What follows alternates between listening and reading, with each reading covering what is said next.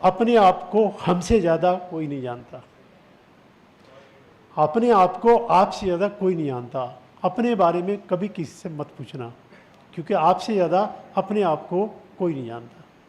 अगर आप में कैपेसिटी है तो करो ना, क्या प्रॉब्लम है, छोड़ो मत, सब याद कर लो, जितने हो जाए ठीक है, जो बच जाएंगे छोड़ो। अल्टीमेट वे आउट यही है, do your best, leave the rest. जितना हो सकता है कर लो, बाकी को गोली मारो, लीव द रेस्ट। तो खुश रहो कि ठीक है यार, इतने हो गए बाकी देखी जाएगी। हमें क्या 100% मार्क्स लेने हैं क्या, पास होना है। अब दूसरी एस्पेक्ट बता रहा हूँ मैं आपको, 100% थोड़ा मार्क्स लेने हैं, पास ही तो होना है, तो हो जाएंगे ना, पास होने में क्या प्रॉब्लम, ठीक है ना।